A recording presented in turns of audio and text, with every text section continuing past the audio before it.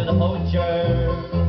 Well, the local squire is going mad, a peaceful life he's never had. He can only blame one lad, Paddy Doyle the poacher.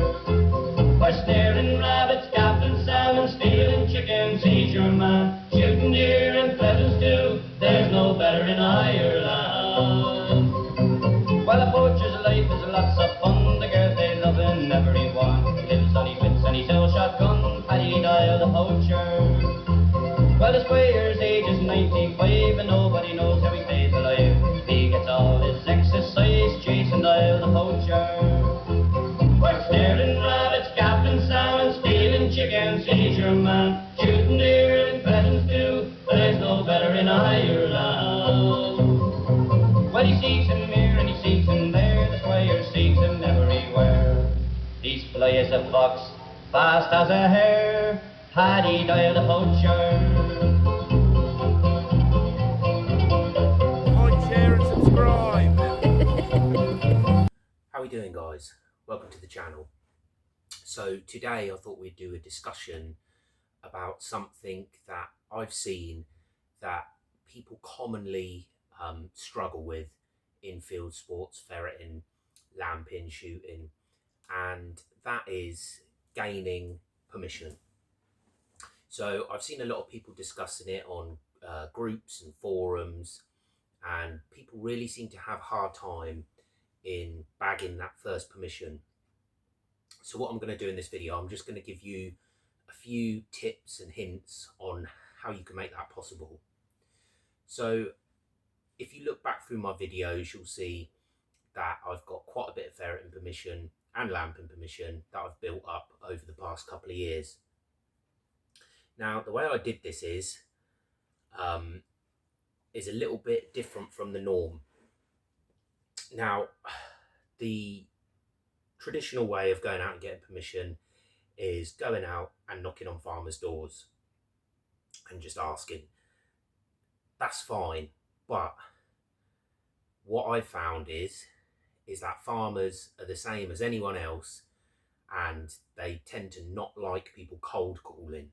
You know, the same as when you get somebody knocking on your door trying to sell you something.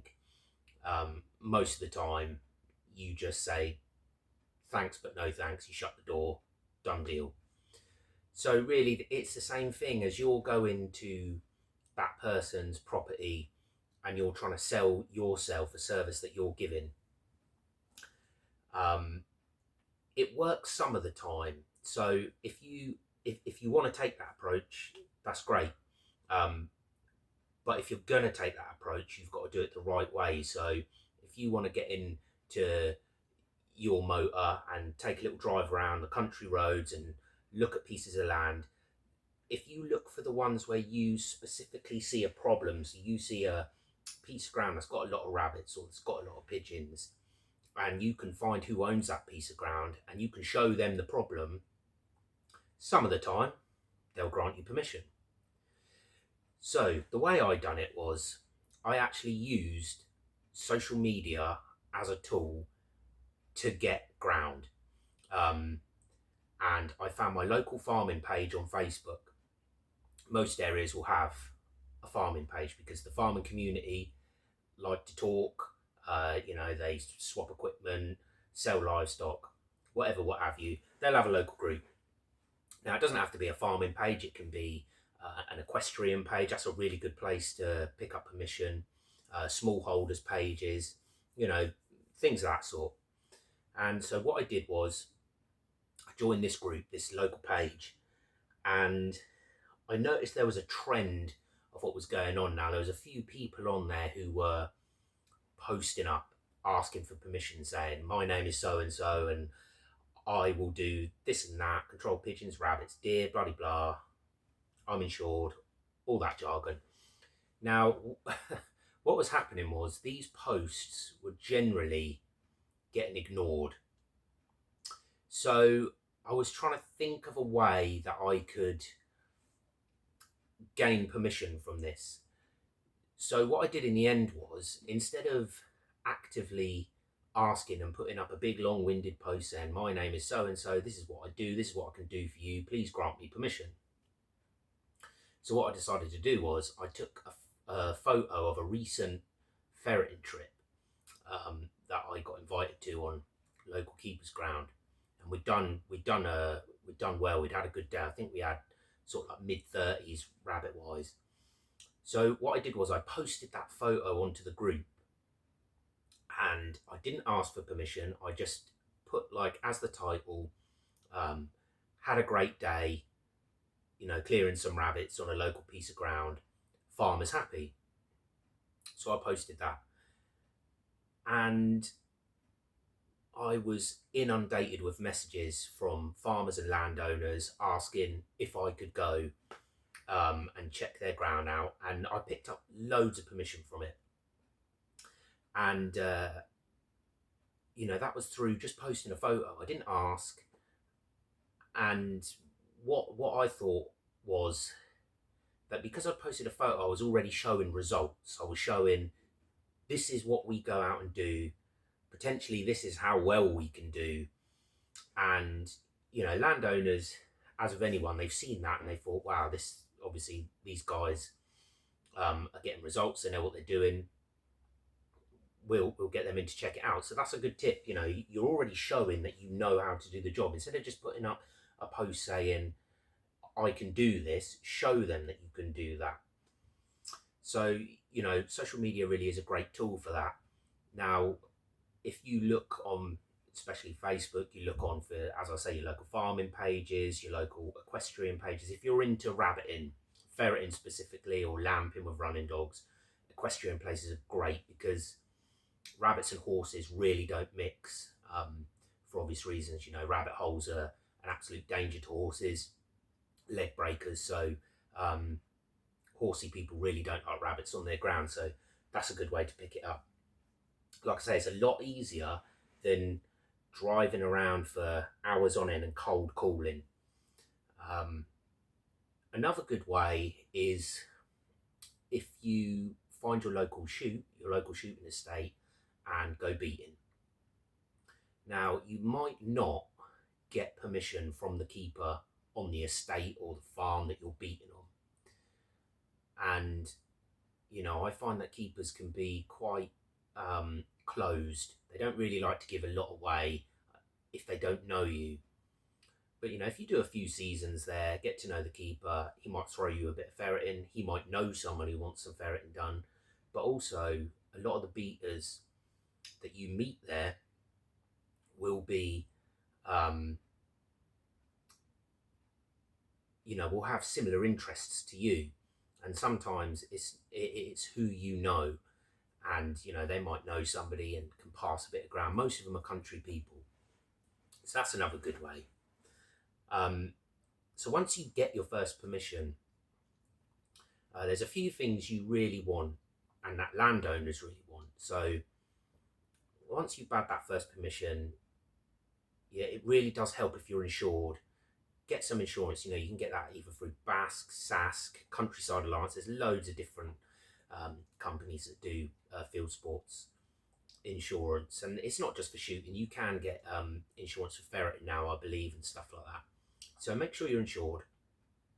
When you go to meet a landowner, once you've got that meeting, don't, you know, dress in the clothes that you would to go hunting. You know, this is it. It is sort of like an interview. You know, first impressions are everything. So make sure you dress, you know, semi-smart. Be polite to them. I like to always go and meet the landowner, have a walk around so they can show me the ground. So ferreting, I found, is pretty easy to get. The tricky thing to get is lamping with running dogs. And the reason for that is, since the hunting ban, farmers have had a lot of trouble with people poaching and hare coursing. So you get these guys who smash through gates, drive across their field, mainly at night, and, you know, just for the hares. It is annoying, and it really does stop genuine people from getting permission with a running dog. You know, as soon as, a lot of the time, if you mention a running dog, you know, it'll shut things down. So what I tend to do is when I get the permission, I'll keep it to ferreting. So I'll ask the landowner, do you mind if I bring my whippet ferreting? And, you know, once I've assured them they're stock broken, and none of them have had a problem with that. So I'll start off by ferreting. I'll go 2-3 times and with the whippet. And what I'll make sure I do is at the end of the day, I always take a picture of what I've caught, how many I've caught, send it to the landowner, which they appreciate. So it kind of, you can keep track with them of how you're doing, how you're getting on. And once they've realised, after you've been there a few times, that you know you are trustworthy, you're not damaging their land, and you know the dog that you're bringing with you is stockbroken and biddable and well behaved, then what I do is I mention to them, you know, I have another method of taking rabbits off, and that's lamping with the dog. All of the places I have, after I've been ferreting a few times, all of the places I have are giving me the thumbs up for lamping with a running dog. Once they know I'm a trustworthy person and I'm doing the job I'm saying I'm going to do, they will open it up to lamping with a running dog. So that's my advice for you. Don't mention lamping at first, because that's really a little bit of a, yeah, that's seen in a little bit of a shady light, you know, first up. Yeah. So once you bag that first permission, you really work hard, show that you can do, you know, the business that you've said you can do, and farmers talk, so you're likely to get a few more permissions from it. But yeah, just always make sure you're really respectful of the ground you have, and if you get the ground and the farmer wants you to, say, go out that isn't at a time that isn't typically ferreting season, so the winter months, you know, it's best really not to refuse the farmer. Just go, because if you don't, they will get somebody else in. Now, another way you can do it is you could Google farms in your area or equestrian centres, small holdings, and you can always send them an email. I've tried that a few times. It's not really, I've not really had any joy with it. Same as really, I haven't had any joy with cold calling. A couple of, you know, I've got 1 or 2 places from cold calling, and I've never had a place from emailing. You know, it might be worth a try. I know a lot of people have cards made up now. That's all right. You can go and post cards, but again, it's not really something that, you know, it's like having a leaflet through your door to have new double glazing. Most people chuck it in the bin, they don't go for it. So yeah, what I found is, as I've said before, that social media really has opened up a lot. And you know, these days it really is better to have the permission than not, because poaching, there's too many eyes and ears on the countryside now. We have a lot more walkers than we used to, so poaching really isn't a good idea, day or night. You know, night time, personally, I don't know what people are thinking poaching at night. You've got a bloody lamp that shines across half a fucking field, and you think you're being crafty. So yeah, you know, personally, I used to be a poacher when I was younger, many years ago. I used to poach pheasants and partridges. I used to ferret wherever I saw found warrens, I'd go and ferret them. And me and a friend of mine would do what we called gateway lamping, where we'd drive the lane, stop at the gate, you know, scan the field. If there was anything in there, chuck the dog over, straight back in the motor when it's caught, drive off. You know, it's just not worth it now. And you know, especially nowadays where the antes are getting so hot on field sports and country sports, you know, poachers are sort of seen as the lowest of the low now. And with the new laws come in, they got laws where they can, where they can do you for intent to poach. So if you've got a dog or a lamb in your motor and you can't prove you're going anywhere, that you have permission, then the dog can get taken away from you. So yeah, it really is pretty. To be honest, I found it pretty easy getting permissions, and I think I've got 8 or 9 places to go now. Some of them pretty big farms, and a friend of mine, he helps me out on my ground, and I help him out on his. So he's got probably just about as much permission as I have. And like I said, all our landowners are more than happy for us to ferret and lamp. And the other upside to ferreting that I find over shooting is most of my landowners were more attracted to the idea of ferreting because there is no firearms. Now they understand that in these days, if a walker sees somebody walking around with a gun, then they're going to call the police, and it's going to be a lot of trouble. I'm not saying that shooting is not a good method, because it's a great method, but all my landowners like the idea of ferreting because there's no loud noises of like guns. Even rifles make a crack. I don't have to drive the land like a lot of people would do if they're shooting a 2.2 or a 1.7 HMR. Ferreting is very low key. It's very I think stealthy is the wrong word for it, but we'll use that anyway. So yeah, it's a great way of clearing rabbits.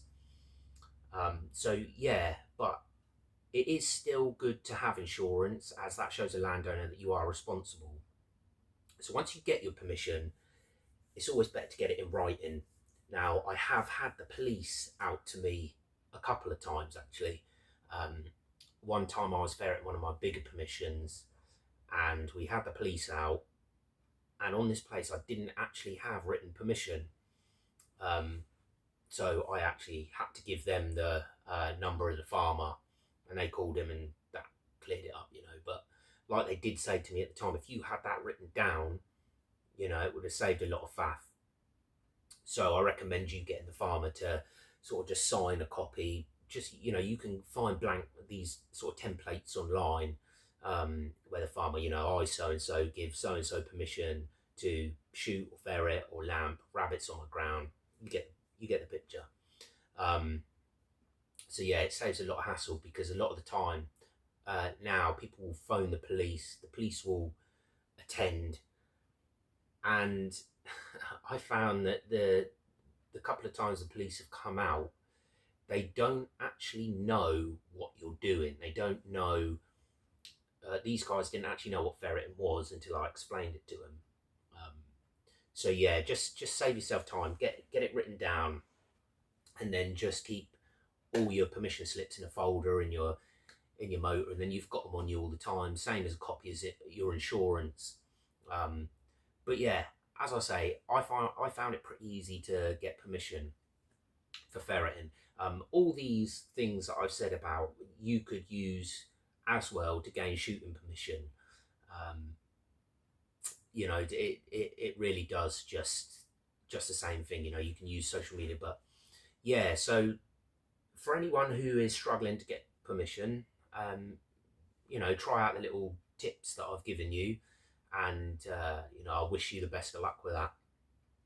And yeah, so on a different note, I'm gonna be covering a few little subjects. I've got some apart from the ferreting and lamping videos, I've got a few ideas of some other videos coming up that I think you guys are going to enjoy. I really hope you are enjoying this channel, and any new viewers, if you like the video and hit subscribe, and yeah, join the channel, that'd be great. And all your support is much appreciated. And I hope this video has helped you out with a few ideas, and let me know in the comments what you do and how you gain permission, and yeah, any tips you have for anyone, stick in the comments below. Cheers guys.